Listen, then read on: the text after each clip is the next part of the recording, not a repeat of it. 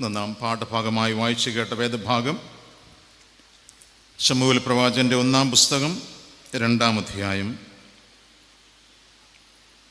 അതിൻ്റെ 30-ാം വാക്യം ഞാൻ വായിക്കുന്നു. അവസാന ഭാഗം: എന്നെ മാനിക്കുന്നവരെ ഞാൻ മാനിക്കും, എന്നെ നിന്ദിക്കുന്നവർ നിന്ദിതരാകും. തലകുനിക്കാം പ്രാർത്ഥനയ്ക്കായി.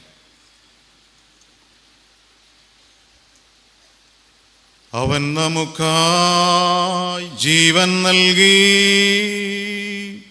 ഒരുക്കിയല്ലോ വലിയ രക്ഷ. ദൃഷ്ടികളാൽ കാണുന്നു ഞാൻ സ്വർഗ്ഗകനാൻ ദേശമതിൽ.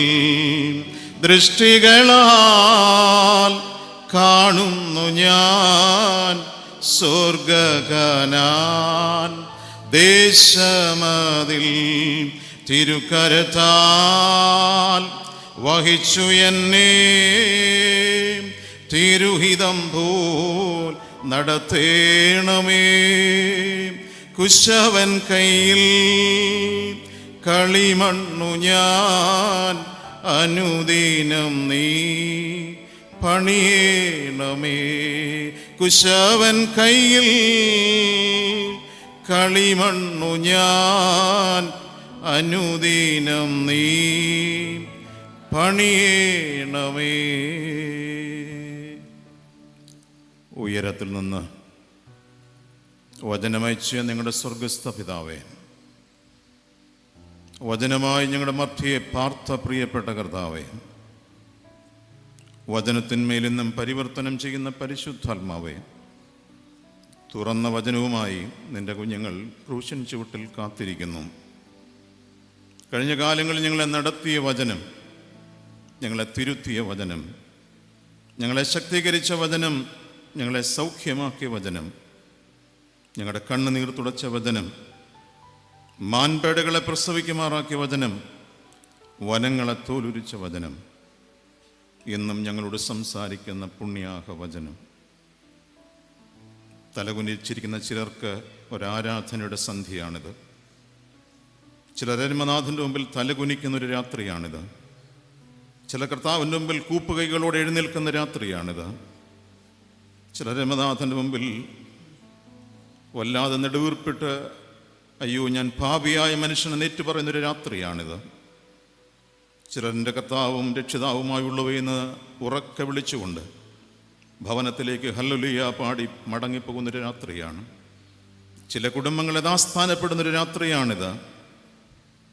ചില കർത്താവിനെ കണ്ടുമുട്ടിയതിലുള്ള സന്തോഷങ്ങൾ ഒരുക്കപ്പെടുന്ന രാത്രിയാണ്. ചിലരുടെ വിരുന്ന മേശകൾ ഉല്ലാസത്തിൻ്റെ മേശയായിത്തീരുന്നൊരു രാത്രിയാണിത്. കർത്താവെ, ഈ വചനം അവിടുത്തെ കരങ്ങളിലേക്ക് ഞങ്ങൾ തരുന്നു. ആരെയും നീ വിശപ്പോടെ മടക്കി അയക്കരുത്.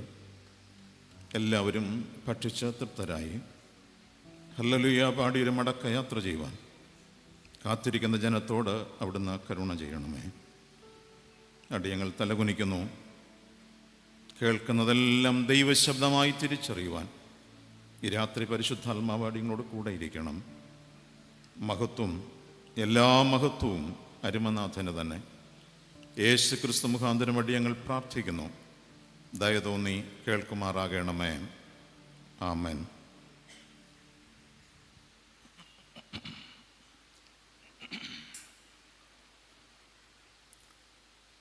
ഒരു കുടുംബത്തിൻ്റെ ക്രമം തിരുവചനം നിർവചിക്കുന്നത് താഴെ പറയുന്ന 3 വാക്കുകളിലാണ്. The biblical order of a family is like this. 1. Where there is a covenant, there is grace. എവിടെ ദൈവജനം ഉടമ്പടിയിൽ നിലനിൽക്കുന്നുവോ അവിടെ ദൈവകൃപയുണ്ട്.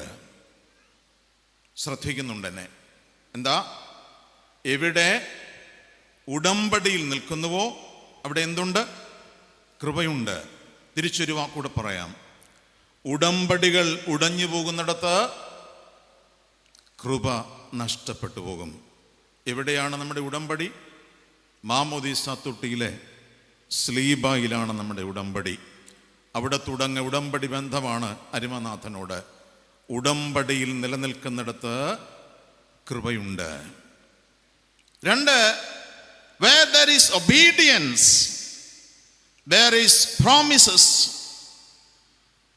എവിടെ വചനാനുസരണം ജീവിക്കുന്നുവോ അവിടെ വാഗ്ദത്തങ്ങളുണ്ട്. വാഗ്ദത്തം ലഭിക്കണമെങ്കിൽ എന്ത് ചെയ്യണം? വചനമനുസരിക്കണം. വചനാനുസരണം ജീവിക്കുന്നിടത്ത് വാഗ്ദത്തങ്ങളുണ്ട്. അനുസരണത്തിൽ വാഗ്ദത്തം. 3, where there is thanksgiving, there is blessings. എവിടെ നാം സ്തോത്രത്തോടെ നിൽക്കുന്നുവോ അവിടെ അവൻ നമ്മെ അനുഗ്രഹിക്കും. ഹല്ലേലൂയ. എവിടെ നാം സ്തോത്രത്തോടെ നിൽക്കുന്നുവോ അവിടെ ദൈവം നമ്മെ അനുഗ്രഹിക്കും. ഒരു ഭവനം നിൽക്കേണ്ട 3 ക്രമങ്ങൾ ശ്രദ്ധിക്കാം. എന്തൊക്കെയാ? എവിടെ ഉടമ്പടിയുണ്ടോ അവിടെ കൃപയുണ്ട്. എവിടെ വചനാനുസരണം ജീവിക്കുന്നുവോ അവിടെ വാഗ്ദത്തമുണ്ട്. എവിടെ സ്തോത്രത്തോടെ നിൽക്കുന്നുവോ അവിടെ അനുഗ്രഹമുണ്ട്. അനുഗ്രഹത്തിന് അന്വേഷണമല്ലേ ആവശ്യം? കൂപ്പുകൈകളോടെ ദൈവസന്നിധി നിൽക്കുക. 3 പ്രമാണങ്ങൾ ഈ രാത്രി ഒന്ന് ഉള്ളിലോട്ട് ചിന്തിച്ചിട്ട് നമുക്ക് മുമ്പോട്ട് പോകാം. എൻ്റെ ഭവനം ഉടമ്പടിയിൽ ജീവിക്കുന്നോ അതോ തെറ്റിച്ചിട്ടുണ്ടോ? ഉണ്ടെങ്കിൽ കൃപ കുറഞ്ഞിട്ടുണ്ട്. എവിടെ അനുസരണം കുറഞ്ഞിട്ടുണ്ടോ നിനക്ക് നിന്റെ തലമുറയ്ക്കും വാഗ്ദത്തങ്ങളിൽ കുറവ് വന്നിട്ടുണ്ട്. എവിടെ സ്തോത്രത്തോടെ നാം നിൽക്കുവാൻ വിസമ്മതിക്കുന്നുവോ അവിടെ അവൻ്റെ വലങ്കരം നമ്മുടെ മേൽ നീട്ടുന്നത് കുറഞ്ഞിട്ടുണ്ടാകും. ഈ രാത്രി ഒരു സ്തോത്രം പറഞ്ഞുകൊണ്ട് മുമ്പോട്ട് പോവാം. ഒരു സ്തോത്രം പറയാം. കർത്താവേ, എന്താണ് ആ സ്തോത്രത്തിൻ്റെ അർത്ഥം? ഞങ്ങളെ ദൈവസന്നിധിയിൽ അതിനായി ഒരുക്കുന്നു എന്ന്. ഈ ക്രമത്തിൽ ജീവിക്കുവാനാണ് എല്ലാ കുടുംബങ്ങളെയും ദൈവം വിളിച്ചിരിക്കുന്നത്. ഏലിയുടെ കുടുംബത്തെയും അതിനായിട്ടാണ് ദൈവം വിളിച്ച് ആക്കിയത്. ഈ രാത്രി ഈ കുടുംബവുമായി ബന്ധപ്പെട്ട് 4 പീഠങ്ങളെക്കുറിച്ചാണ് നാം ധ്യാനിക്കാൻ പോകുന്നത്. ഒരു കുടുംബം കടന്നു പോകേണ്ട 4 പീഠങ്ങൾ. ഞാനിങ്ങനെ 4 വാക്ക് പറഞ്ഞിട്ട് മുമ്പോട്ട് പോകാം. ഈ ആരാധന കഴിയുമ്പോൾ സ്തോത്രവും ഹല്ലേലൂയായും ഒരുപാട് പറയാൻ ഞാൻ നിങ്ങളെ നിർബന്ധിക്കില്ല. എന്നാൽ ഈ ആരാധന കഴിയുമ്പോൾ ചില ജീവിതങ്ങൾ തലകുനിക്കും, ചിലർ മുട്ടുമടക്കും, ചിലർ കൈകൂപ്പും, ചിലർ കൈകളെ ദൈവസന്നിധിയിൽ മലർത്തും. സ്തോത്രം. ഈ പീഠങ്ങളിലേക്ക് നാം തിരികെ വരികയാണ്. ഒരു ക്രിസ്തീയ ഭവനം പരിശോധിക്കപ്പെടേണ്ട 4 പീഠങ്ങൾ വളരെ ലളിതമാണ്. തിരിച്ചു പോകുമ്പോൾ 4 കൊച്ചു വാക്കേ ഉള്ളൂ സന്ദേശം. ആ കൊച്ചു വാക്കുമായി നമുക്ക് തിരിച്ചു പോകാം. 4 പീഠങ്ങളിൽ പരിശോധിക്കപ്പെടേണ്ട ക്രിസ്തീയ കുടുംബം. 1, പാദപീഠം. പാദപീഠം, the altar of preparation. എല്ലാവരും അവൻ്റെ പാദപീഠത്തിലിരിക്കുവാൻ വിളിക്കപ്പെട്ടവരാണ്. ഒരു പാദപീഠത്തിൽ ഒരു ദൈവ പൈതൽ 4 പ്രവൃത്തികളാണ് അർപ്പിക്കുന്നത്. 4 പ്രവൃത്തികൾ. ഞാൻ അല്പം സമയപരിമിതി കൊണ്ട് അല്പം വേഗം പോകും. നിങ്ങൾ എല്ലാവരും ശ്രദ്ധയോടെ ഇരിക്കുന്നതിൽ ഞാൻ ദൈവത്തെ സ്തുതിക്കുകയാണ്. 4 പ്രവൃത്തികൾ ഒരു പാദപീഠത്തിൽ നിർവഹിക്കണം. 1, നന്ദിയോടെ. 2, കണ്ണുനീരോടെ. 3, സ്തോത്രത്തോടെ, 4 ആരാധനയോടെ. ഒന്ന് ചേർന്ന് പറയാമോ എൻ്റെ കൂടെ? എന്തൊക്കെയാ? നന്ദിയോടെ, കണ്ണുനീരോടെ, സ്തോത്രത്തോടെ, ആരാധനയോടെ. Grateful, cheerful, thankful and worshipful. ഒരു പാദപീഠത്തിൽ ഒരു ദൈവപൈതൽ ഇരിക്കേണ്ടത് 4 വാക്കുകളിലാണ്. നന്ദിയോടെ ഞാൻ വരുന്നു, കണ്ണുനീരോടെ വരുന്നു, സ്തോത്രത്തോടെ വരുന്നു, ആരാധനയോടെ വരുന്നു. പാദപീഠം നമ്മെ 4 പ്രവൃത്തികൾക്ക് ക്ഷണിക്കുകയാണ്.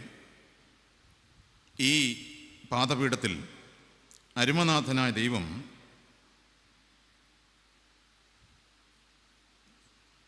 മൂന്ന് ഒരുക്കങ്ങൾ നടത്തുന്നു.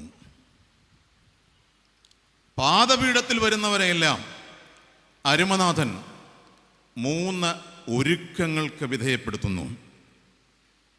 ഒരു വാക്ക് പറഞ്ഞ് മുമ്പോട്ട് പോവുക. പാദപീഠത്തിൽ ഒരുക്കപ്പെടാത്ത തലമുറയെ യാഗപീഠത്തിൽ കണ്ടുമുട്ടുവാൻ പ്രയാസമായിരിക്കും. ഇതാ ഒരു പാദപീഠം. ഏലിയുടെ മക്കളോട് യഹോവയായ ദൈവം പറഞ്ഞത്, ശുശ്രൂഷയ്ക്കായി ഒരുങ്ങുന്നതിന് മുമ്പേ നിന്റെ മക്കളെ എവിടെ ഒരുക്കണം? പാദപീഠത്തിൽ ഒരുക്കണം. പാദപീഠത്തിൽ 3 ഒരുക്കങ്ങളാണ് നടക്കേണ്ടത്. ഒന്ന്,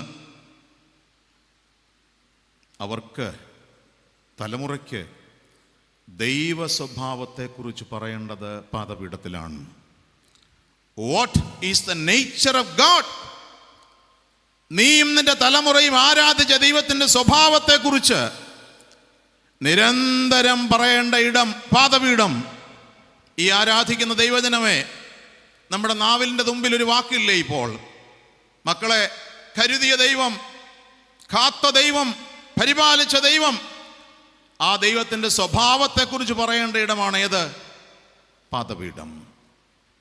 2, അവൻ്റെ കൽപ്പനകളുടെ വിശുദ്ധിയെക്കുറിച്ച് പഠിപ്പിക്കേണ്ട ഇടം പാദപീഠം.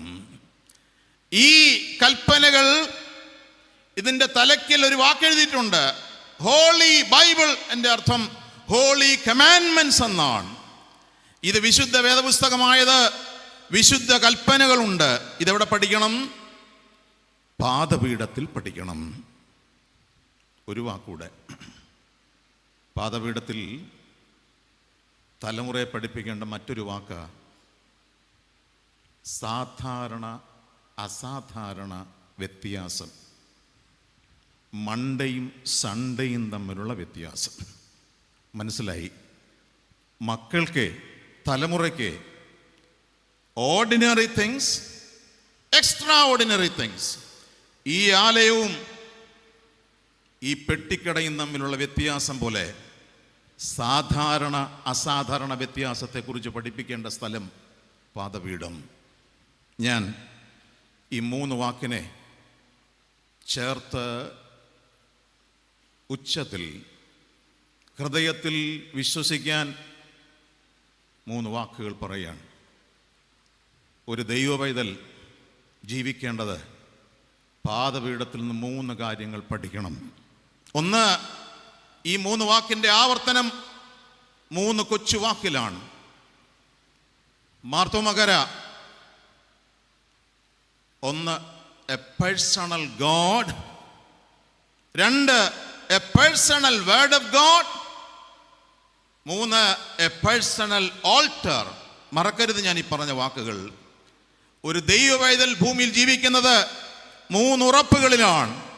എ പേഴ്സണൽ ഗോഡ്, സ്വന്തമായി എനിക്കും നിനക്കും ഒരു ദൈവമുണ്ടായിരിക്കണം. 2, A personal word of God, സ്വന്തമായി എനിക്കും നിനക്കും ഒരു ദൈവവചനമുണ്ടായിരിക്കണം. 3, എ പേഴ്സണൽ ഓൾട്ടർ, സ്വന്തമായി എനിക്കും നിനക്കും മുട്ടുമടക്കുവാൻ ഒരു യാഗപീഠമുണ്ടായിരിക്കണം. ഞാൻ പറഞ്ഞ 3 വാക്കൊന്ന് തിരിച്ചു പറയാമോ? നമുക്ക് സ്വന്തമായിട്ട് എന്തോ വേണം? പേഴ്സണൽ ഗോഡ്, വ്യക്തിപരമായൊരു ദൈവം. പിന്നെ personal word of God, personal alter. ഇന്നലെ തിരുമേനി പറയുന്നത് ഞാൻ ഓൺലൈനിൽ കേട്ടു.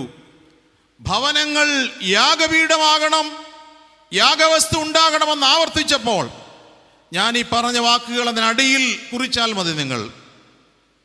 ഈ രാത്രി ഏറ്റവും പുറകിലിരിക്കുന്നവരോട് ഞാൻ ചോദിക്കട്ടെ, ഈ മനോഹരമായ കൺവെൻഷനിൽ സ്വർഗം നിങ്ങളോട് 3 ചോദ്യങ്ങൾ ചോദിക്കുകയാണ്. സ്വന്തമായി ഒരു ദൈവമുണ്ടോ? സ്വന്തമായി ഒരു വചനമുണ്ടോ? സ്വന്തമായി ഒരു യാഗപീഠമുണ്ടോ? പാദപീഠത്തിൽ പഠിക്കേണ്ടത് ഈ 3 പ്രമാണമാണ്. ചോദ്യം, ഏലിയുടെ മക്കൾ ഇത് പഠിച്ചോ? ഞാൻ നിശ്ചയമായും ഒരു വാക്കിവിടെ പറയും. തെറ്റുകൂടാതെ, കൃത്യതയോടെ, കൃപയോടെ ഇത് പഠിക്കേണ്ടവരാണ് ഏലിയുടെ കുടുംബവും എൻ്റെ കുടുംബവും. മുൻപിലിരുന്ന് ഈ നോട്ട് കുറിക്കുന്ന കുഞ്ഞുങ്ങളെ കാണുമ്പോൾ എനിക്ക് വലിയ സന്തോഷം തോന്നുന്നു. എന്നാൽ അടിയിൽ ഒരു കൊച്ചു വാചകം പറയട്ടെ. ഇന്ന് ഭവനത്തിൻ്റെ തകർച്ച പാദപീഠത്തിൽ ഒരുക്കപ്പെടാത്ത തലമുറകളാണ്. മാർത്തോമാക്കാരെ, ഇത്രയും കൺവെൻഷനൊക്കെ നടത്താൻ വലിയ ചെലവും വലിയ വ്യയവും വലിയ കണ്ണുനീരുമൊക്കെ ഉണ്ട്. അതിൻ്റെ റിസൾട്ടാണ് ഈ ഇരിക്കുന്ന കുഞ്ഞുങ്ങളെന്ന് ഞാൻ വിശ്വസിക്കുക. അവർ ഈ രാത്രി നമ്മുടെ മുമ്പിലിരുന്ന് പറയുകയാണ്, ഞങ്ങൾക്കൊരു സ്വന്തമായൊരു ദൈവമുണ്ട് അച്ഛാ, ഞങ്ങൾക്ക് സ്വന്തമായൊരു വചനമുണ്ട് അച്ഛാ, ഞങ്ങൾക്ക് സ്വന്തമായൊരു യാഗപീഠമുണ്ട് അച്ഛാ. നിങ്ങളുടെ കുഞ്ഞുങ്ങൾക്ക് വേണ്ടി കൈ ഉയർത്തിയൊരു നന്ദി പറഞ്ഞ കർത്താവിന്. ഹല്ലേലൂയ. നിങ്ങൾ ശരിക്ക് പറയുന്നില്ലല്ലോ, എന്താ പറ്റി? മലബാറിൽ അങ്ങനല്ലല്ലോ. കൈയൊന്ന് ഉയർത്തിക്കുക എല്ലാവരും. Hallelujah, hallelujah, hallelujah. ഈ തലമുറയ്ക്ക് വേണ്ടിയാണ് നമ്മളത് പറഞ്ഞത് ഈ രാത്രി. എന്നാൽ ഇന്ന് ഭവനത്തിൻ്റെ തകർച്ച എന്താ? ഒരുക്കപ്പെടാത്ത തലമുറ. മാർത്തോമക്കാരെ എന്ന് വിളിച്ചാൽ മാർത്തോമക്കാരല്ലാത്തവരോടുണ്ടെന്ന് എനിക്കറിയാം.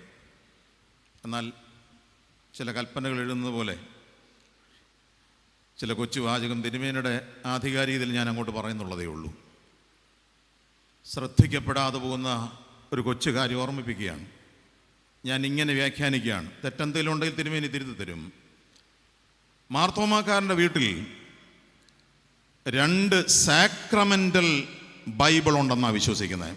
സാക്രമെൻ്റൽ ബൈബിൾ പിടികിട്ടിയില്ല എന്ന് പറഞ്ഞാൽ കൂദാശയ്ക്ക് നടുവിൽ കിട്ടിയ 2 വേദപുസ്തകം മാർത്തോമാക്കാരൻ്റെ വീട്ടിലുണ്ട്. ഒന്നെപ്പോഴാണ് കിട്ടിയേ? കിട്ടില്ല. അതിനു മുമ്പേ എന്തോ കല്യാണം കഴിക്കാത്തവരാ കൂടുതലല്ലേ, അതുകൊണ്ടാ പറഞ്ഞു. ആദ്യം കിട്ടിയത് എവിടാ? എന്തോ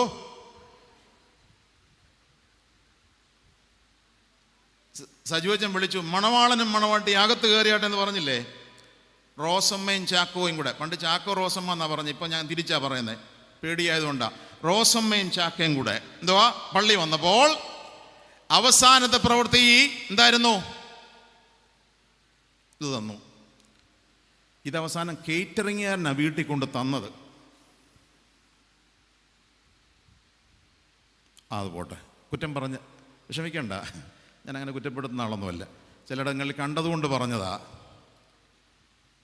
ഇനി കേൾക്കുന്ന അപ്പനും അമ്മയും പറയട്ടെ, 12 വയസ്സുവരെ ഇത് തുറന്ന് മക്കൾക്ക് വായിച്ച് കേൾപ്പിക്കാനാണ് ഈ പ്രമാണ പുസ്തകം കയ്യിൽ തന്നത്.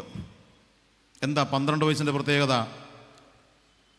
12 വയസ്സിൽ യഹൂദ പാരമ്പര്യമനുസരിച്ച് യഹൂദ ബാലൻ ദ സൺ ഓഫ് കമാൻഡ്മെന്റ് എന്നറിയപ്പെടും. എന്തുവാ? കൽപ്പനകളുടെ പുത്രൻ. ആ കൽപ്പനകളുടെ പുത്രനാണ് ദേവാലയത്തിൽ ഇരുന്നത്. പിടികിട്ടി?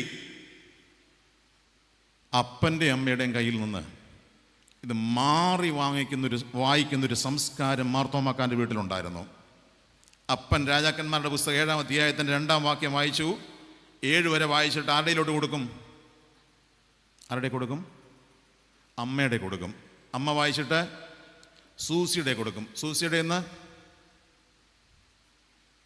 ഇപ്പം ആകപ്പാടെ എല്ലാം കൂടെ 13 വിലയുള്ള ഒരെണ്ണേ ഉള്ളൂ. മതി. അതുകൊണ്ട് അവിടെ നിർത്തിയത്. അങ്ങ് കൊടുത്തു. ഞാൻ ചോദിച്ചോട്ടെ, ഇത് കയ്യിലെടുക്കുന്നവർ എത്ര പേരിവിടെ വന്നിട്ടുണ്ട്? ഇത് കൈമാറുന്നവർ എത്ര പേരുണ്ട്? ഒരാളെ കണ്ടു, നമുക്ക് ആശ്വസിക്കാനൊരു വകയുണ്ട്. ഇത് കയ്യിലെടുത്തവർ എത്ര പേരുണ്ട്? ഇത് കൈമാറുന്നവർ എത്ര പേരുണ്ട്? 2-ാമത്തെ സാക്രമെന്റൽ ബൈബിൾ എവിടാ? 13 വയസ്സാകുമ്പോൾ നമ്മുടെ അഭിമന്യ തിരുമേനി നമ്മുടെ കുഞ്ഞുങ്ങളുടെ കയ്യിൽ 2-ാമത്തെ വേദപുസ്തകം കൊടുക്കും. അതും കൊണ്ടാണ് അവരിന്നിവിടെ വന്നിരിക്കുന്നത്. എവിടെ വരെ?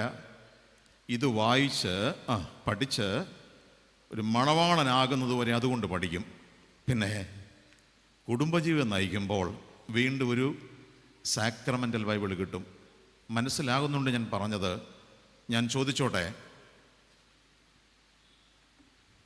മാർത്തോമാക്കാരൻ്റെ വീട്ടിലെ അവസാനത്തെ പ്രവൃത്തിയും ആദ്യത്തെ പ്രവൃത്തിയും പാദപീഠങ്ങളുടെ പ്രവൃത്തിയായിരുന്നു. ആണോ? സംശയമില്ല. ഈ വലിയ കൺവെൻഷനിൽ ഈ കൊച്ചു ചോദ്യം എൻ്റെ കുഞ്ഞുങ്ങൾക്ക് വേണ്ടി ഞാൻ ചോദിച്ചതാണ്. അധിക സമയം നീട്ടിക്കൊണ്ടു പോകാനില്ല. എന്നാൽ ഒരു കൊച്ചു കാര്യം പറയാം. 1 വർഷം മുമ്പ് ഞാൻ കുർബാന അനുഷ്ഠിച്ച പള്ളിയിൽ എൻ്റെ വലഭാഗത്തു നിന്ന ഒരു +2കാരൻ ഇടയ്ക്കിടയ്ക്ക് ധൂപം വീശുവൻ ഒരു ദിവസം എന്നോട് പറഞ്ഞാൽ ഞാൻ എൻട്രൻസ് പഠിക്കാൻ പോവാണ്, എൻട്രൻസ് കോച്ചിങ് സെൻറ്ററിൽ പോവാം. ഞാൻ ആ മധുവായിൽ നിന്ന് അവനെ പ്രാർത്ഥിച്ചു വിട്ടു. 3 ആഴ്ച കഴിഞ്ഞ് അവൻ തിരിച്ചു വന്നെനിക്ക് പറഞ്ഞാൽ ഞാൻ ഇനി പോകുന്നില്ല. എന്താ കാര്യം? ഞായറാഴ്ച ഞാൻ പഠിക്കുന്ന സെൻറ്ററിൻ്റെ മെയിൻ ഗേറ്റ് അവർ 6 മണിക്ക് അങ്ങ് പൂട്ടുമെന്ന് പറഞ്ഞു. പുറത്തു പോകാൻ അനുവാദമില്ല. ആ കൊച്ച് ചെറുപ്പക്കാരൻ മാർത്തോമക്കാരൻ പറയുകയാണ്, അജാ, ഈ ധൂപത്തിൻ്റെ സുഗന്ധവും അവസാനം കുർബാന കഴിയുമ്പോൾ മുട്ടുകുത്തിയൊരു പ്രാർത്ഥനയും ഇവിടുന്ന് കിട്ടുന്ന വിശുദ്ധമേശയും കൊണ്ടാണ് അജാ ഞാൻ ഇതുവരെയും ജീവിച്ചത്. എനിക്ക് പിടിച്ചു നിൽക്കാൻ പറ്റില്ല. ഇവിടെ എന്തു പറയാൻ പറ്റും? എൻ്റെ ബുദ്ധിയിൽ, കൊച്ചു ബുദ്ധിയിൽ ഞാൻ എന്നോട് പറഞ്ഞു, മോനെ ഇങ്ങോട്ട് നോക്കടാ, ഞായറാഴ്ച രാവിലെ നിനക്ക് മധുബഹായിൽ നിൽക്കാൻ ഒരു അവസരം ഞാൻ പറഞ്ഞു തരാം. എന്താ? നീ കിടക്കുന്ന മുറിയിൽ കട്ടിലിൻ്റെ താഴെ ഒരു ബെഡ്ഷീറ്റ് വിരിക്കുക, മുട്ടുകുത്തുക, ആ കട്ടിലിൻ്റെ പടിയിലോട്ട് ഇങ്ങനെ ചേർത്ത് 2 കൈയും പിടിച്ചോണം, കണ്ണ് പൂട്ടുക. ഒരല്പം കഴിയുമ്പോൾ നിനക്ക് നന്നായി മനസ്സിലാകും, നീ ഒരു ത്രോണോസിൽ പിടിച്ചതിൻ്റെ ബലമാണ് നിനക്ക് കിട്ടുന്നത്. നിൻ്റെ മുട്ടുവേദനിക്കുന്നത് വരെ നീ അവിടെ മുട്ടുകുത്തി നിൽക്കണം. അപ്പോൾ ഒരു ധൂപത്തിൻ്റെ സൗരഭ്യം നിൻ്റെ ഉള്ളിലേക്കുണ്ടാകും. കർത്താവ് തരുന്ന ആത്മബലം നിനക്കുണ്ടാകും. ഞാൻ ആ കുഞ്ഞിനെക്കുറിച്ചൊരു സ്തോത്രം ഈ ആരാധനയിൽ പറയാനാണ്. 1.5 മാസം കഴിഞ്ഞ് അവൻ തിരിച്ചു വരുമ്പോൾ ആരാധനയ്ക്ക് നിൽക്കുമ്പോൾ ഞാൻ അവനോട് ചോദിച്ചു, മോനെ എങ്ങനെയുണ്ടടാ? എൻ്റെ യൗവനക്കാർ പറയുന്നൊരു സന്തോഷ വർത്തമാനം കേൾക്കാൻ നിങ്ങൾക്ക് ആഗ്രഹം കാണില്ലേ? അവൻ ഇങ്ങനെ പറഞ്ഞു, അജാ, ഞാനിപ്പോൾ അവൻ്റെ പാദപീഠത്തിലാണ്. ഹല്ലേലൂയ.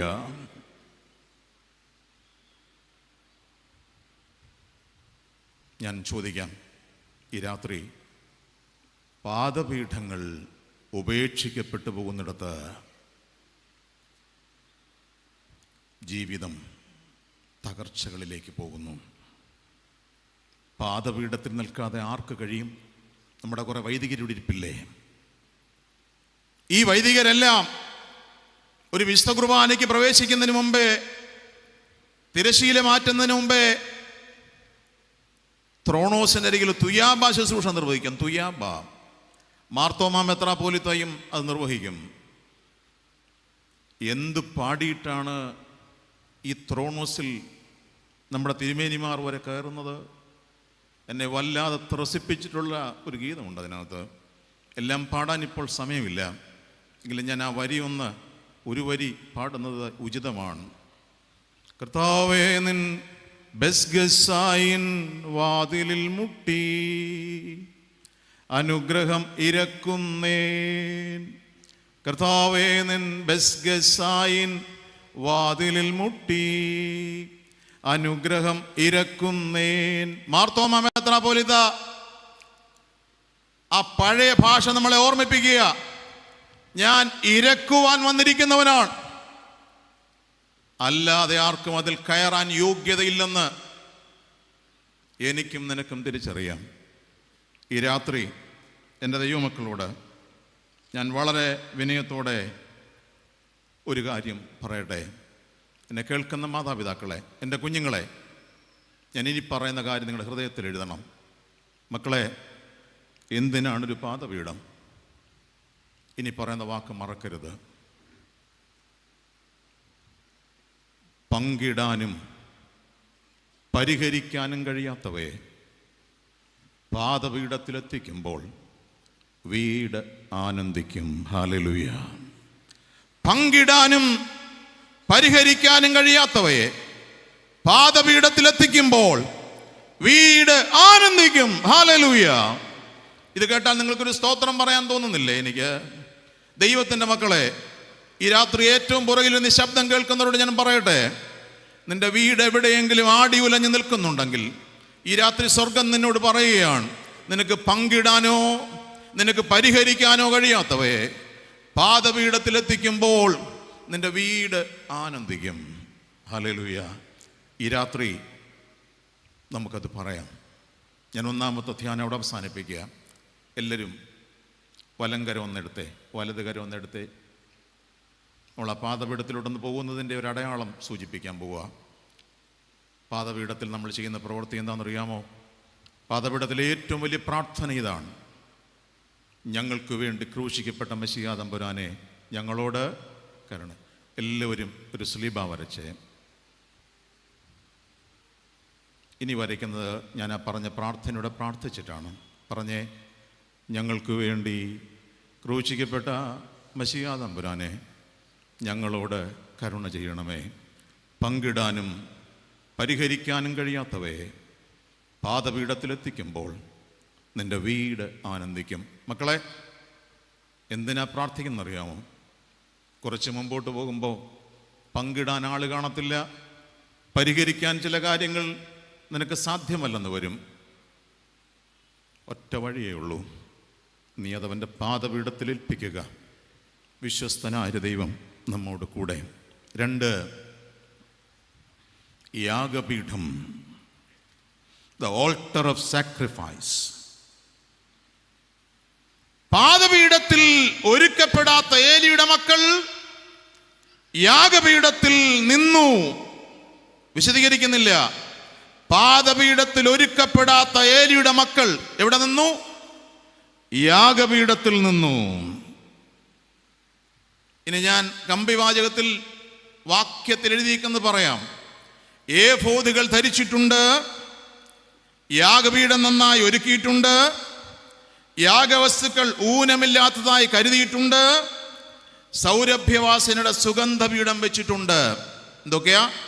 ഏഫോദുകൾ ധരിച്ചിട്ടുണ്ട്, യാഗപീഠം നന്നായി ഒരുക്കിയിട്ടുണ്ട്, യാഗവസ്തുക്കൾ ഊനമില്ലാത്തതായി കരുതിയിട്ടുണ്ട്, സൗരഭ്യവാസന പുകരുന്ന സുഗന്ധപീഠം അരികിലുണ്ട്.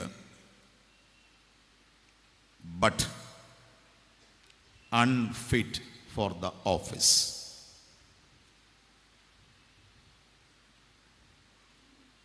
But unfit for the office. എന്നാൽ നിന്നെ ആ യാഗപീഠത്തിന് കൊള്ളില്ല.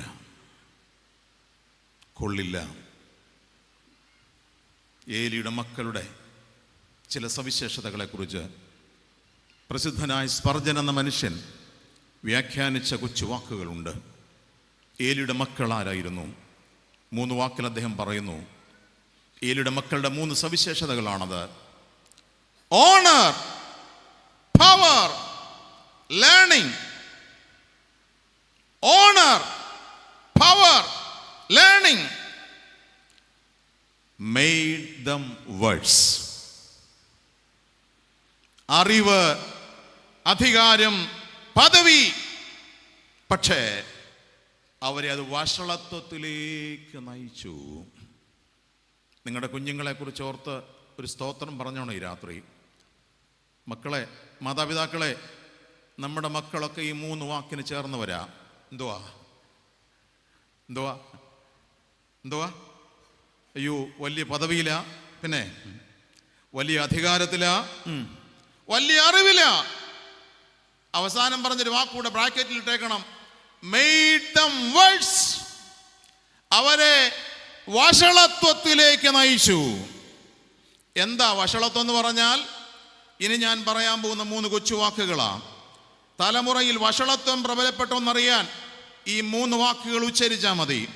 ഏലിയുടെ മക്കളുടെ പ്രത്യേകതകൾ. 1, no regard for the offering.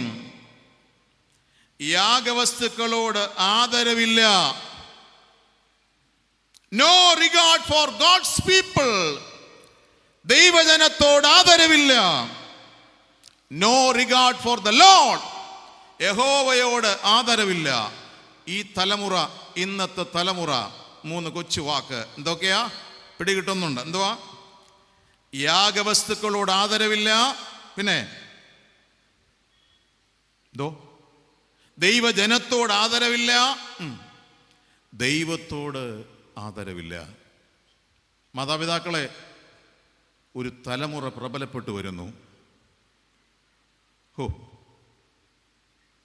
കയ്യിൽ വാങ്ങുന്ന യാഗവസ്തുക്കളോട് വലിയ ആദരവൊന്നുമില്ല. പ്രാർത്ഥിക്കാനും ഉപവസിക്കാനും പോകുന്ന അപ്പനോടും അമ്മയോടും വലിയ ബഹുമാനമൊന്നുമില്ല.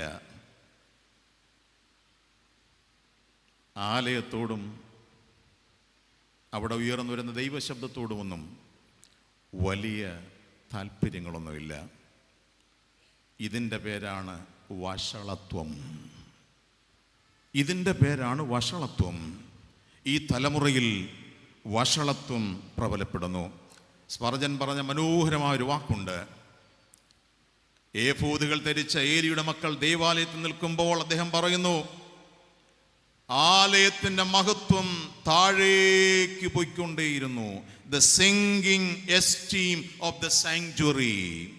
ആലയം ഔന്നത്യത്തിൽ നിന്ന് താഴേക്ക് പോയിക്കൊണ്ടിരുന്നു. മാനവും മഹത്വവും സ്തോത്രവും ഇന്ന് അധപ്പതനത്തിലേക്കാണ്. മാനവും മഹത്വവും സ്തോത്രവും ഇന്ന് അധപ്പതനത്തിലേക്ക് പോകുന്നു. 2 തെറ്റുകൾ അവർ ആവർത്തിച്ചുകൊണ്ടിരുന്നു. എന്തുവാ? യാഗവസ്തു ചവിട്ടിക്കളയുക, യാഗവസ്തു മോഷ്ടിക്കുക. എന്തൊക്കെയാ? യാഗവസ്തു ചവിട്ടിക്കളയുക, യാഗവസ്തു മോഷ്ടിക്കുക. ഇത് പറയുമ്പോൾ മലബാറുകാർക്ക് മനസ്സിലാകുമോ? മനസ്സിലാകും. എങ്ങനെ മനസ്സിലാകും? എന്തുവാ യാഗവസ്തു ചവിട്ടിക്കളയെന്ന് പറഞ്ഞാൽ? സജുവച്ചൻ നല്ല വെളിച്ചത്തിൽ ഒരു കുർബാന ചൊല്ലി, അങ്ങനെ കയ്യിൽ കിട്ടിയ അപ്പവും വീഞ്ഞും അന്ന് വൈകുന്നേരം നിലമ്പൂരിൽ അരണ്ട വെളിച്ചത്തിൽ കൂട്ടുകാരോടൊത്ത് താഴെയിടും.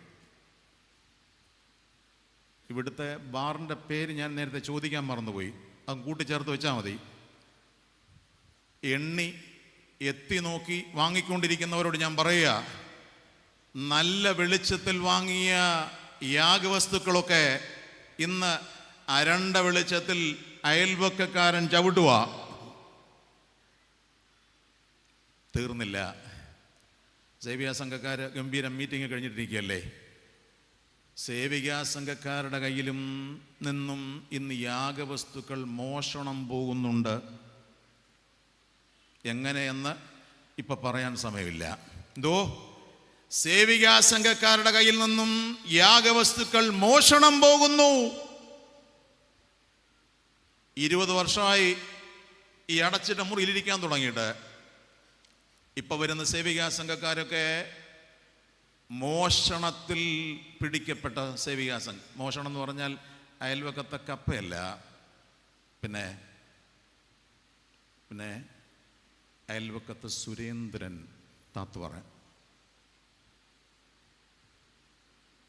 കൂദാശകളിൽ കൂട്ടിച്ചേർക്കപ്പെട്ടവർ ജീവിതവും ജീവിതവിശുദ്ധിയും മോഷണം പോകുന്നു കാലം. ഞാൻ ഒരു വാക്ക് വളരെ വിനയത്തോടെ പറയുകയാണ്. യാഗപീഠം യാഗവസ്തു വാങ്ങാൻ വേണ്ടി മാത്രമല്ല, യാഗമായി അർപ്പിക്കാനാണ്. അതുകൊണ്ടാണ് ഞാൻ വിശ്വസിക്കുന്നത് വിശുദ്ധ കുർബാന മുട്ടുകുത്തി വാങ്ങുന്നതിൻ്റെ അർത്ഥം അതാ.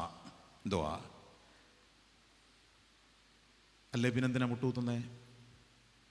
വിശുദ്ധ മേശയിൽ മുട്ടുകുത്തുന്നതിൻ്റെ കാരണം, കർത്താവേ നീ ഒരു യാഗമായതുപോലെ എന്നെയും ഒരു യാഗവസ്തുവായി ഞാൻ സമർപ്പിക്കുന്നതാണ് എൻ്റെ അർത്ഥം.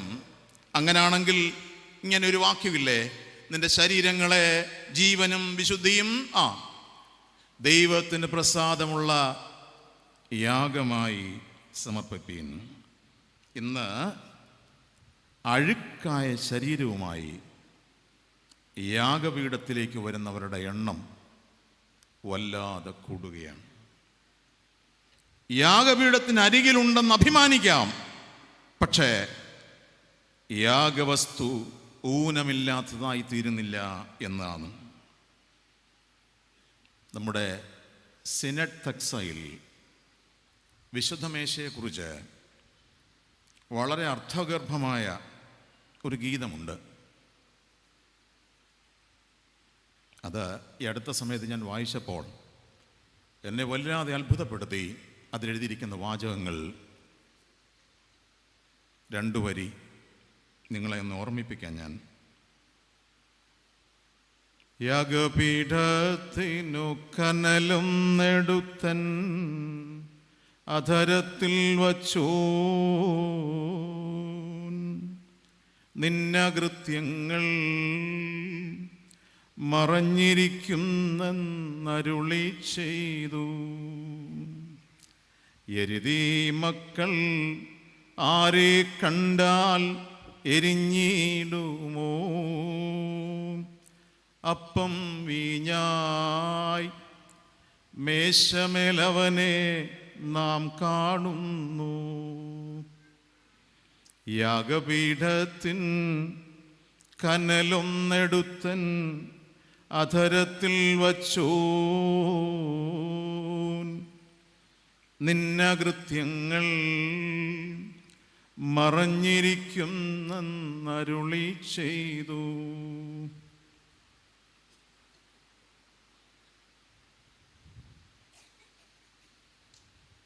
കുഞ്ഞുങ്ങളും യൗവനക്കാരും കുറേ പേരിടിപ്പുണ്ടല്ലോ. ഒരു യാഗവസ്തുവിനെ പരിചയപ്പെടുത്തിയിട്ട് പോകാം.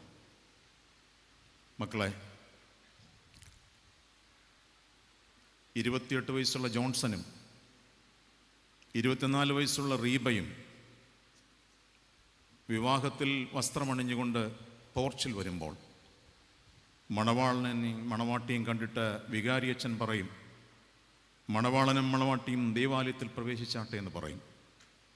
അപ്പോൾ പതിവനുസരിച്ച് തിരശ്ശീല പകുതി മാറും. എന്തിന്? ഒരു കാര്യം ഓർമ്മിപ്പിക്കാനാണ്. ഇനി പറയുന്ന വാചകം ഹൃദയത്തിൽ കരുതണം. Lord, we bring our body to submit in the altar. കർത്താവേ, ഞങ്ങൾ ഞങ്ങളുടെ ശരീരങ്ങളെ കൊണ്ടുവരുന്നു. എന്തിനാ? യാഗപീഠത്തിൽ വയ്ക്കാൻ. യാഗപീഠത്തിൽ വയ്ക്കാൻ കൊണ്ടുവന്ന ശരീരം 1 മണിക്കൂർ വാഴ്ത്തി വികാരിയച്ഛൻ അന്യോന്യം നൽകുന്നു. അതുകൊണ്ട് ഞാൻ പറയും, കല്യാണം എന്താണെന്ന് ചോദിച്ചാൽ വാഴ്ത്തി കിട്ടിയ ആളിനെ ചുമന്നുകൊണ്ട് നടക്കുന്നതാ. എന്തുവാ? കേട്ടില്ല. വാഴ്ത്തി കിട്ടിയ ആളിനെ ഇന്ന് വൈകിട്ട് ചെന്ന് ഊണ് കഴിക്കാൻ തുടങ്ങുന്നെ അച്ചായന്മാരെല്ലാം വാഴ്ത്തി കിട്ടിയ സൂസമ്മേ എന്ന് വിളിക്കുന്നുണ്ട്, തെറ്റില്ല.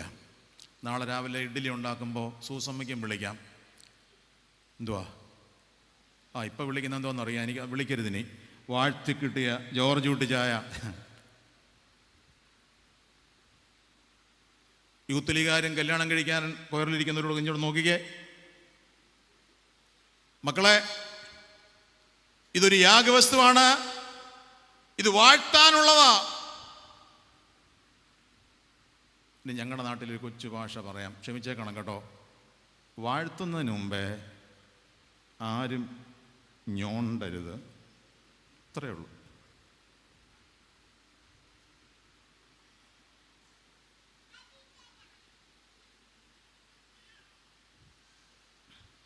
ഇന്ന് കല്യാണത്തിൽ നടക്കുന്ന എന്താണെന്നറിയോ?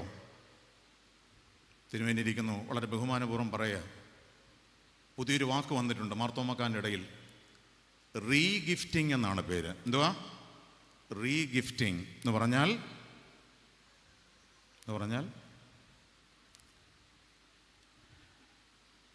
എല്ലായിടത്തും ഒക്കെ കറങ്ങി നടന്നതിന് ശേഷം ചാക്കോയുടെ തലയിൽ ഇരിക്കട്ടെന്ന്, അതാ എൻ്റെ അർത്ഥം. ഈ പാട്ടൊക്കെ പാടുമ്പം എനിക്ക് ബാക്കി പാടാൻ തോന്നാറില്ല. ജാതീൻ പുത്രി നീയേ സുന്ദരി, ബാക്കി എന്തുവാ? ഞാൻ പാടുന്നില്ലത്. എന്താ കാര്യം? ഇച്ചിരി പാടാ സജോജ, പാടാണെന്ന് പാടാൻ. യാഗപീഠത്തിൽ അർപ്പിക്കപ്പെടാത്തൊരു തലമുറ ആലയത്തിന് നെറുകയിൽ നിൽക്കുന്നു, വാഴ്ത്താൻ നിൽക്കുന്നു ഒരു സമൂഹം. സമയപരിമിതി കൊണ്ട് ഞാനിവിടെ ആ ഭാഗം വിടട്ടെ. ദൈവമക്കളെ, രണ്ടാമത്തെ പീഠം എന്തുവാ? എൻ്റെ ശരീരത്തെ ജീവനും വിശുദ്ധിയും ദൈവത്തിന് പ്രസാദമുള്ള യാഗമായി സമർപ്പിപ്പേൻ. കൈയൊന്നെടുത്ത് എല്ലാവരും, രണ്ട് കൈ ഒന്നെടുത്ത്, രണ്ട് കൈയും ഒന്ന് കൂപ്പിക്കേ. ഇതൊരു യാഗപീഠത്തിലെ അർപ്പണമാണ്. കണ്ണൊന്നടച്ച ഒരു സെക്കൻഡ്. ആ യാഗപീഠത്തെങ്കിലേക്ക് ഒരു നിമിഷം ഒന്ന് സമർപ്പിച്ചേ. ഒരു സ്തോത്രം പരാധരം കൊണ്ട് കർത്താവേ, നിങ്ങളുടെ ശരീരങ്ങളെ ജീവനും വിശുദ്ധിയും ദൈവത്തിന് പ്രസാദമുള്ള യാഗമായി ഞങ്ങൾ സമർപ്പിക്കുന്നു. സ്തോത്രത്തോടെ തിരിച്ചു വരാം. രണ്ട് പീഠങ്ങൾ, ഒന്ന് പാദപീഠം, രണ്ട് യാഗപീഠം. അടുത്ത 10 മിനിറ്റ് രണ്ട് ദൂതുകൾ കൂടെ എനിക്ക് പറയാം. 3 ധ്യാനപീഠം, ദ ഓൾട്ടർ ഓഫ് മെഡിറ്റേഷൻ. എന്താണ് ധ്യാനപീഠം? അവനവൻ കയറിയിറങ്ങേണ്ട പീഠമാണ് യാഗപീഠം. അവനവൻ കയറിയിറങ്ങേണ്ട പീഠം യാഗപീഠം. ഇങ്ങനൊരു വാക്ക് പറയാം, looking into the self. അവനവനിലേക്ക് നോക്കുമ്പോൾ കിട്ടുന്ന പീഠത്തിന്റെ പേരാണ് എന്ത്? ധ്യാനപീഠം. ഞാനിനി കരുതാൻ കമ്പിവാചകത്തിൽ 2-3 വാചകങ്ങൾ പറയാൻ പോവാ. ഉള്ളിലേക്ക് നോക്കാത്ത ജീവിതം പരിഹാസത്തിന്റെ ജീവിതമായി തീരും. ഉള്ളിലേക്ക് നോക്കാത്ത ജീവിതം മറ്റുള്ളവർ പരിഹസിക്കുന്ന ജീവിതമായി മാറും. ഏലിയുടെ മക്കൾ ആരാണ്? അഭിഷിക്തരാണ്, ആരാധിച്ചവനാണ്, അനുഗ്രഹം പ്രാപിച്ചവനാണ്. എന്നാൽ വചനം എങ്ങനെ എഴുതിയിരിക്കുന്നു? ഉള്ളിലേക്ക് നോക്കാത്തവന്റെ റെഫറൻസ് ഞാൻ പറയാൻ പോവാ. അവർ നീചന്മാരും യഹോവയെ ഓർക്കാത്തവരും ദർശനമേറെ ഇല്ലാതെ ജീവിച്ചവരും ദൈവാലയത്തിൻ്റെ തിരികെട്ടു പോകുന്നത് ശ്രദ്ധിക്കാത്തവരുമായിരുന്നു. ഉള്ളിലേക്ക് നോക്കാത്തവൻ ഓർമ്മ പോകും, ദർശനം പോകും, തിരിയണഞ്ഞു പോകുന്നത് തിരിച്ചറിയാൻ കഴിയുന്നില്ല. ഞാൻ 3 കൊച്ചു ധ്യാനവാക്കുകൾ പറയുക. ധ്യാനപീഠം എന്ന് പറഞ്ഞാൽ എന്താ? ഇങ്ങനെ പറയാം, ഓർമ്മകളുടെ പീഠമാണ് ധ്യാനപീഠം. ദർശനങ്ങളുടെ പീഠമാണ് ധ്യാനപീഠം. ഉള്ളിലെ തിരി തെളിക്കുന്ന പീഠമാണ് ധ്യാനപീഠം. ഞാൻ ഒന്നുകൂടെ പറഞ്ഞോട്ടെ ദൈവമക്കളെ, എന്താ? ഓർമ്മകളുടെ പീഠമാണ് ധ്യാനപീഠം. ദർശനങ്ങളുടെ പീഠമാണ് ധ്യാനപീഠം. ഉള്ളിലെ തിരി തെളിക്കുന്ന പീഠമാണ് ധ്യാനപീഠം.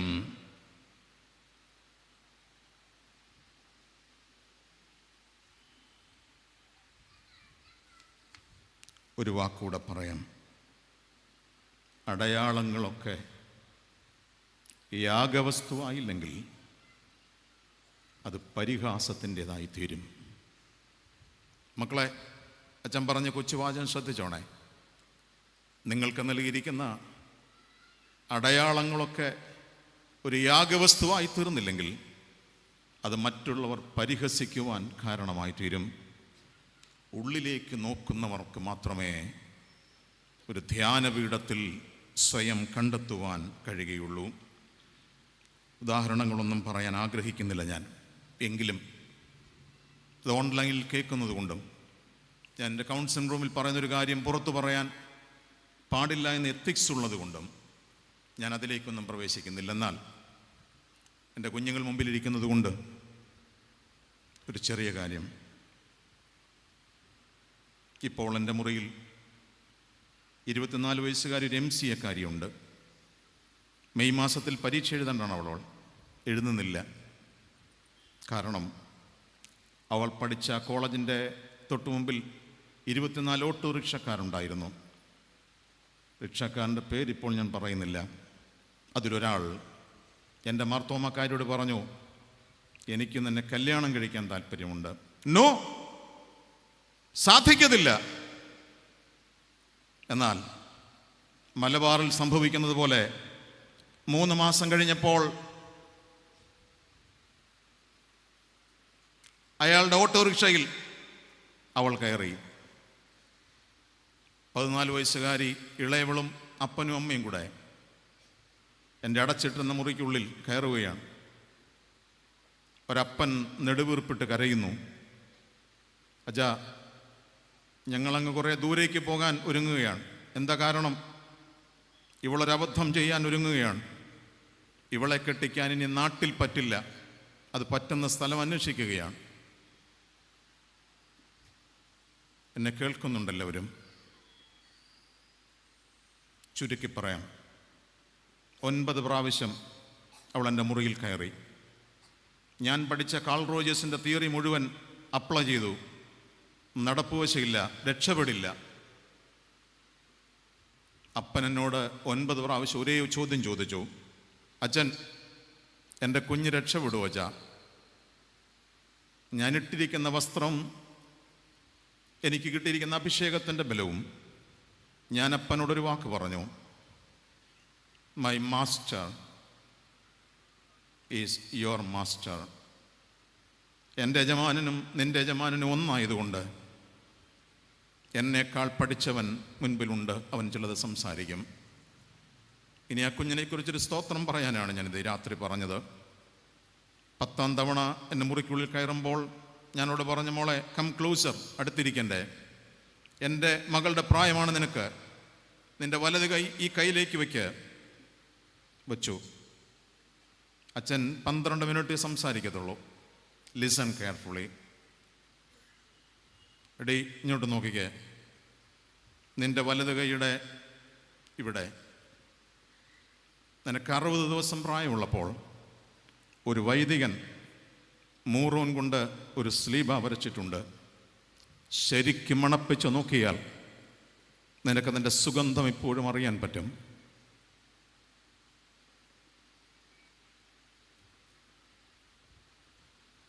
ചോദ്യം, ഈ സ്ലീബ വരച്ച കൈ നിൻ്റെ തന്നിഷ്ടപ്രകാരം ഒരുവന് നീട്ടിക്കൊടുക്കുമോ, അതോ എൻ്റെ കർത്താവ് വാഴ്ത്തി മറ്റൊരാൾക്ക് കൊടുക്കാൻ നീ അനുവദിക്കുമോ?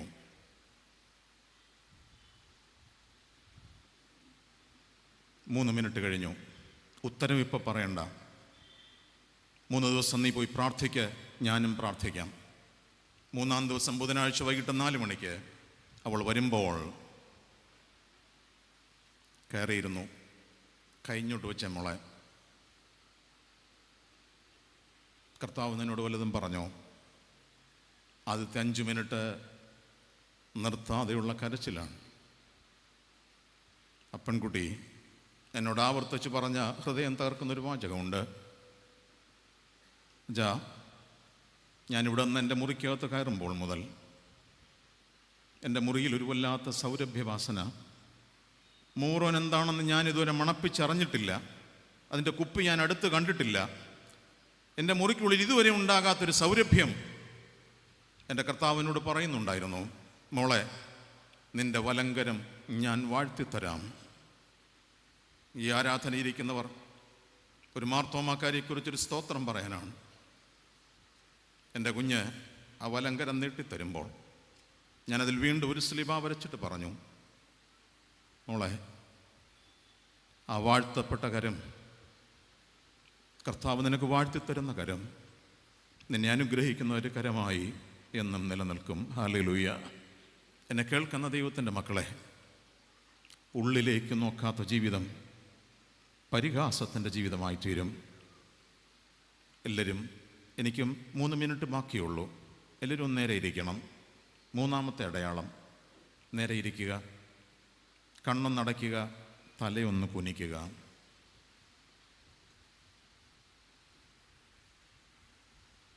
ധ്യാനപീഠമതിൽ കയറി, ധ്യാനപീഠമതിൽ കയറി, ഉള്ളിലെ കണ്ണുകൾ കൊണ്ടു നീ കാണുക, ഉള്ളിലെ കണ്ണുകൾ കൊണ്ടു നീ കാണുക.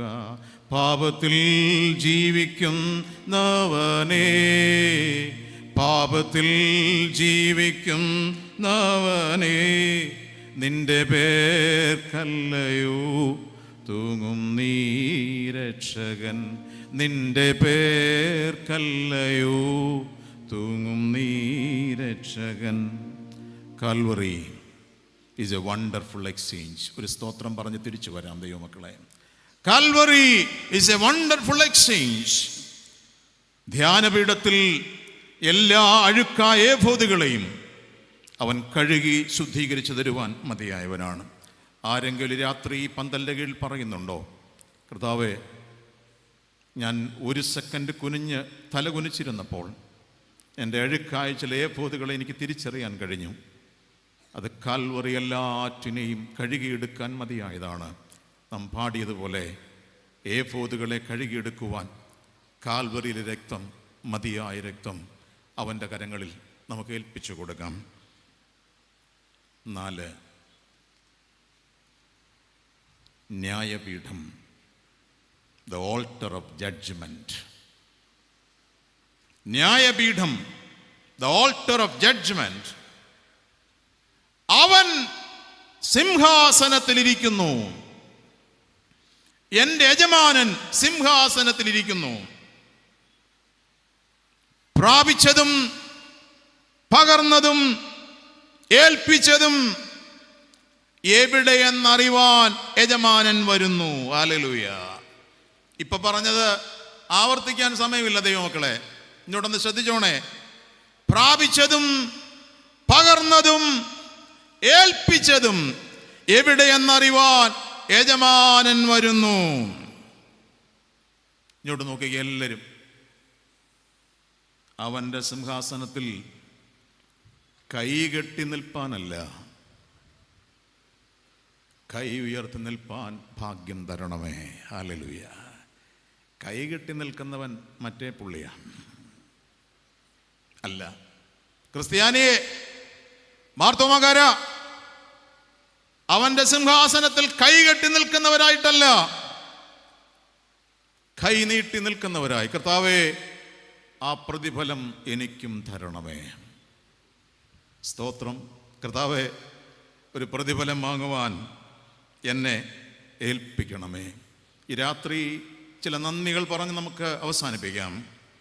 അപ്പാ, ഏൽപ്പിച്ച ഏഫോദുകൾക്ക് നന്ദി, നിർത്തിയ യാഗപീഠങ്ങൾക്ക് നന്ദി, പകർന്ന ദർശനങ്ങൾക്ക് നന്ദി, അർഹതയില്ലാതെ അനുഗ്രഹിച്ചതിന് നന്ദി.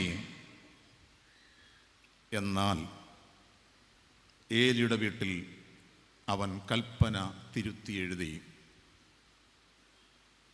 എന്താണ് വാട്ട് ഈസ് ദ റീറൈറ്റിംഗ്? എന്താണ് തിരുത്തി എഴുതിയത്? നിങ്ങൾ തലമുറ തലമുറയായി എന്നേക്കും പുരോഹിതരായിരിക്കുമെന്ന കൽപ്പന ഞാൻ തിരുത്തുന്നു. പുതിയൊരു വാക്ക്, എന്നെ മാനിക്കുന്നവരെ ഞാൻ മാനിക്കും, എന്നെ നിന്ദിക്കുന്നവർ നിന്ദിതരാകും. തിരിച്ചു കൊണ്ടുപോകാൻ ഒരു വാക്ക്, വിശ്വസ്തനെ വേലയ്ക്ക് നിയോഗിക്കുന്ന ദൈവം. ഹല്ലേലൂയ. വിശ്വസ്തനെ എഴുന്നേൽപ്പിക്കുന്ന ദൈവം, വിശ്വസ്തനെ അഭിഷിക്തമാക്കുന്ന ദൈവം. കുടുംബങ്ങളെ എൻ്റെ അരുമനാഥൻ ഇന്ന് അന്വേഷിക്കുന്നത് വിശ്വസ്ത കുടുംബങ്ങളെയാണ്. കഥ പറയാൻ സമയമില്ല, എന്നാൽ ഒരു വാക്ക് എനിക്കറിയാം. ഞാൻ ഈ നാളുകളിൽ കാണുന്നത് വിശ്വസ്തരല്ലാത്ത ദമ്പതികളുടെ എണ്ണം വല്ലാതെ കൂടുകയാണ്.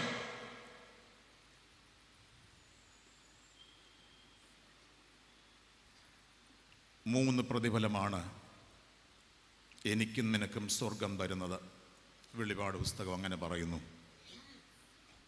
A crown, a throne, a kingdom. സ്ലീബ വരച്ച നെറ്റിയിൽ ഒരു കിരീടം, മുട്ടുമടക്കിയവർക്കെല്ലാം ഒരു സിംഹാസനത്തിൽ വിരുന്ന്, അവനെ അനുഗമിച്ചവർക്കെല്ലാം ഒരു രാജ്യം. ഒന്നുകൂടെ, സ്ലീബ വരച്ച നെറ്റിയിൽ ഒരു കിരീടം. 50 വർഷം അവൻ്റെ മേശക്കരികിൽ മുട്ടുകുത്തിയവർക്ക് അവൻ്റെ വിരുന്ന് മേശയിലെ അവസാനിക്കാത്ത വിരുന്ന്. ഒരുപാട് ദൂരം നിന്ന് വന്നവരിവിടെ ഉണ്ട്.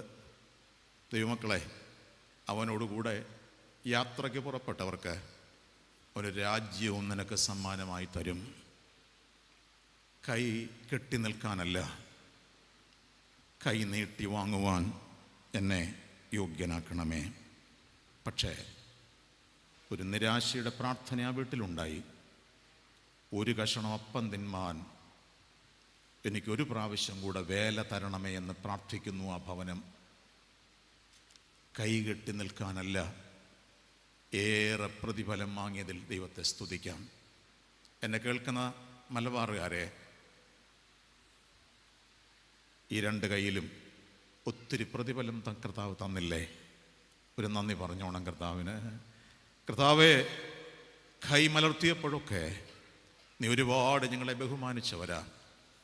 അവൻ ഇനിയും നിന്നെ ബഹുമാനിക്കുവാൻ നിൻ്റെ വീടിനെ ക്രമീകരിക്കണം. നമുക്ക് അവസാനിപ്പിക്കാം. തല കുനിക്കേണ്ട ഇടങ്ങളെയും മുഴങ്കാൽ മടക്കേണ്ട ഇടങ്ങളെയും കൈ കൂപ്പേണ്ട ഇടങ്ങളെയും കൈകൾ ഉയർത്തി നിർത്തേണ്ട ഇടങ്ങളെയും തിരിച്ചറിയുന്നവർ ഭാഗ്യവാന്മാരാണ്. ഞാൻ ഇങ്ങനെ പറയട്ടെ, നമ്മൾ 3-4 അടയാളങ്ങളാണ് ഈ രാത്രി തിരിച്ചു കൊണ്ടുവന്നത്. ഒന്നാമത്തെ അടയാളം എന്തായിരുന്നു? സ്ലീബ. രണ്ടാമത്തെ അടയാളം എന്തായിരുന്നു? കൈകൂപ്പി. മൂന്നാമത്തെ അടയാളം എന്തായിരുന്നു? തലകുനിച്ചു. നാലാമത്തെ അടയാളം എന്താ? കൈ. എല്ലാവരും കൈകളെ ഒന്ന് മലർത്തുകയെ, കണ്ണൊന്നടച്ച ഒരു നിമിഷം. നമ്മുടെ യജമാനൻ മുൻപിലിരിക്കുന്നു, അവൻ സിംഹാസനത്തിലിരിക്കുന്നു. കർത്താവേ, ഞങ്ങൾക്കും ഞങ്ങളുടെ കുടുംബങ്ങൾക്കും ഒരു പ്രതിഫലവും നഷ്ടപ്പെട്ടു പോകല്ലേ. അപ്പാ, നീ ഒരുക്കിയിരിക്കുന്ന ഒരു പ്രതിഫലവും ഞങ്ങൾക്ക് നഷ്ടമായി കളയുവാനിടയാകല്ലേ. വിശ്വസ്തനെ എഴുന്നേൽപ്പിക്കുന്ന ദൈവം നമ്മോട് കൂടെ ഈ ആരാധനയിൽ ദൈവസന്നിധിയിൽ ആ 4 അടയാളങ്ങളെ ദൈവസന്നിധിയിൽ ഒന്നുകൂടെ ഓർക്കാം. കൈ ഒന്നെടുത്തേ ദൈവമക്കളെ, ഒരു സ്ലീബ വരച്ച് കൈ ഒന്ന് കൂപ്പിക്കേ, തലയൊന്ന് കുനിച്ച് കൈകളെ ഒന്ന് ഉയർത്തിക്കേ. നാം ഒരുമിച്ച് അവൻ്റെ പാദപീഠത്തെങ്കിലേക്ക് വരികയാണ്. ഈ ആരാധനയെ നാം കൊണ്ടുപോകുന്നത് 4 വാക്കുകളാണ്. പാദപീഠം, യാഗപീഠം, ധ്യാനപീഠം, ന്യായപീഠം. കർത്താവെ, ഈ പീഠങ്ങളിൽ ഒരുക്കപ്പെടുന്ന ഭവനങ്ങളായി എൻ്റെ വീടുകളെ തീരുവാൻ സഹായിക്കണമേ. ഒരു നിമിഷം കണ്ണടയ്ക്കാം, ഞാൻ പ്രാർത്ഥിക്കുകയാണ്. കുറിയേലായിസോൻ, കുറിയേലായിസോൻ, കുറിയേലായിസോൻ. ചേർന്ന് പാടാം. കുറിയേലായിസോൻ, കുറിയേലായിസോൻ, കുറിയേലായിസോൻ. അരുമനാഥനെ, നിന്റെ പാദപീഠത്തെങ്കിലും നിന്റെ യാഗപീഠത്തിലും നിന്റെ ധ്യാനപീഠത്തിലും നിന്റെ ന്യായപീഠത്തിലും നിൽക്കേണ്ടവരാണ് ഞങ്ങൾ. ഞങ്ങളുടെ വീടുകളൊന്നും ഉപേക്ഷിക്കപ്പെട്ടു പോകല്ലേ. ഞങ്ങളുടെ വീടുകളൊന്നും നിന്ദിതമായി പോകല്ലേ. ഞങ്ങളുടെ വീടുകളൊന്നും തിരസ്കരിക്കപ്പെട്ടു പോകല്ലേ. കർത്താവേ, ഈ രാത്രി ഞങ്ങൾ ഞങ്ങളുടെ യാഗപീഠങ്ങളെ തിരിച്ചറിഞ്ഞു കൊണ്ടുവരികയാണ്.